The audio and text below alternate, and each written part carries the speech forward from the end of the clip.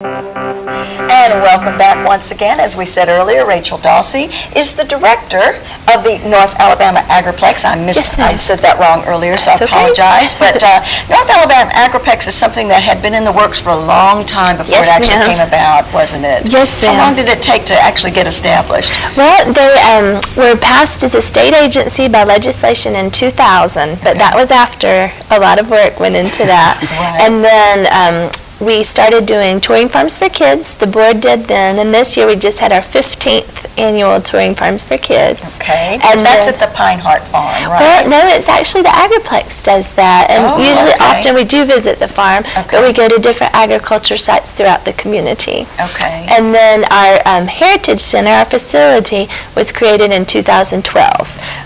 So that's when we kind of started expanding our programming and doing more at that point. Okay. And you said that it's located over by, on the, I guess, west end of town? Yes, we're on Tally-Ho Street, just across from the Cullman bowling alley. Okay. Yes, alrighty. So, you've been the director for how long now? Well, I started working with them in 2012, right about the end of 2011 when we were getting the building up and going. Okay. I know that Big Doc Williamson has been a very influential person in all of this. What was the purpose? Why were they pushing for this? Well, Big Doc and several other influential people in the community realized that Cullman is #1 in agriculture, and we should have some kind of agriculture museum or facility to preserve that. And so that's kind of how it started. It came about. And I am embarrassed to say, but I've never been there. Oh, well, you should come and visit us. I do. I need to do that because I know that, like, once again, it's something that's been around. Yes, I didn't realize that y'all actually opened in 2000. Well, 2000 was when the board got started. Okay. So our facility did not open until 2012. Okay. Okay. All right. I kind of misunderstood that. I was thinking you had something not quite as much as what you have now. But right. Okay. All right. So I'm not quite so bad. Yeah, you're not so far behind. behind. 15 years. Wow. Where have I been? But anyway. All righty. So what made you decide to want to do something like this? Well, the board had done a wonderful job going ahead and getting everything started, so the groundwork was laid. We have wonderful community sponsors with the Cullman County Extension, Soil and Water Conservation. All the different farmers have been very supportive.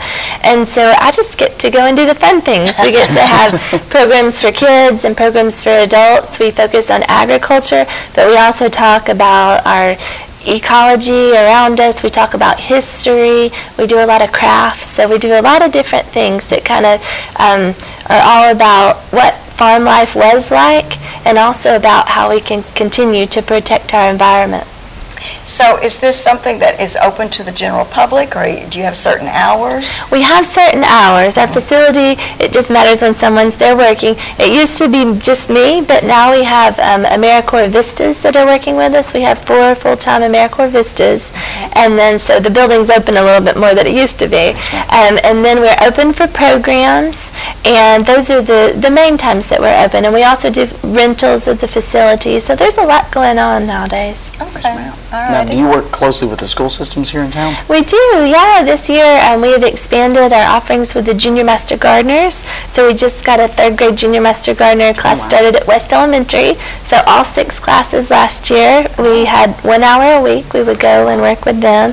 And then next year they're going to have 7 classes, I think. So we'll do that. And then we work with and this is all partnered with the Extension Service. And we work with our county schools as well. Yes, ma'am. Okay. So a lot going on, especially during the school year. Yes, ma'am. And being an only employee, yes. I guess you do everything that I would imagine. Yes, we do. Okay. But the Vistas, these are students that come in for Yeah, how so long a period of it's time? the AmeriCorps program, and then the Vistas are volunteers in service to America. They serve for 1 year. Okay, that's what I thought. And so our first 2 Vistas are just getting ready to finish up in the next week or 2. And then we have 2 new Vistas who will be starting July the 24th. Okay, so it gives them an opportunity to come, and they usually come from out of town, don't they? Yes, well, with these 2, we have 1 local and 1 from Maryland. Okay. So it's kind of been the same. We're kind of half and half. Okay, well, very good. Well, I know that you've got some programs and things like that you want to talk about, but I think we're going to take a short break right now, and then when we come back, you're going to tell us about how I guess anybody that wants to can participate. Very good, thank you. So don't go away, we'll be right back. Okay, sorry.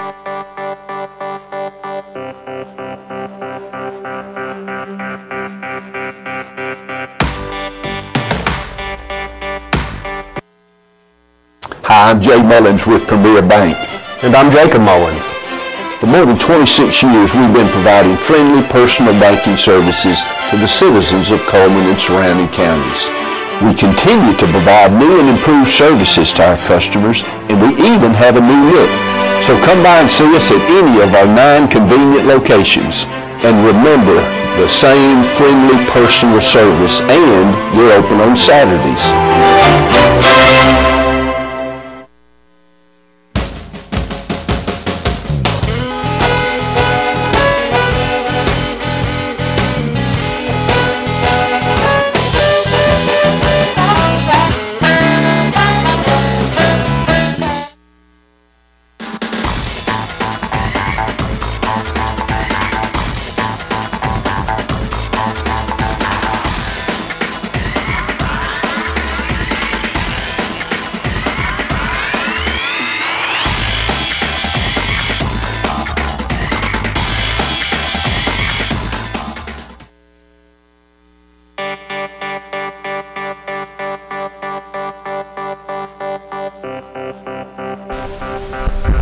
Well, welcome back. We are here with Miss Rachel Dawsey of the North Alabama Agriplex, and she has some very interesting things she wants to share with us today. She brought some guests of her own, didn't she? Yes. Well, tell us a little bit about it. What do we have right here? Okay, this is an American toad, and he lives in most of our yards. I know I see a whole bunch in ours, and he likes to eat worms, but he also eats the garden pests in our garden, so he's nice to have around. They trill at night. You can hear them. Trill? Yes. Is that what you call it? Yes, they don't rivet. It kind of sounds like a cricket, but that's our toads trilling. Ah. So they don't croak. No, they don't croak. And this is a toad versus a frog. Our frogs are more aquatic. Toads live on the ground more, and you'll often find them kind of in moist areas. This one came from under my garbage can. It is very local. Yes. So you just capture them and bring them to the Agriplex? Well, and we're doing a program coming up on July the 13th of reptiles and amphibians, and Daphne Mullen, who is an educator at Wheeler Wildlife Refuge, is going to come and do the presentation for us, and she will bring animals to share. So these were just some representatives from my yard that I wanted to show today. Okay. You also brought another little friend with you, and I don't know if he's going to be easy to see or not, because he's kind of down in there. Stephanie, can you get him? Yes. Okay, there he is. Hey, that's a great shot. He's a 5-line skink, so he's one of our local lizards. Alabama's lucky to have several different lizards. This one has a bright blue tail, if you can see, and he's named by the 5 lines on his body. But he is a little reptile. This program we're having is reptiles and amphibians, and so they're often lumped together as herps. So amphibians and reptiles, but the toad is an amphibian and our lizard is a reptile.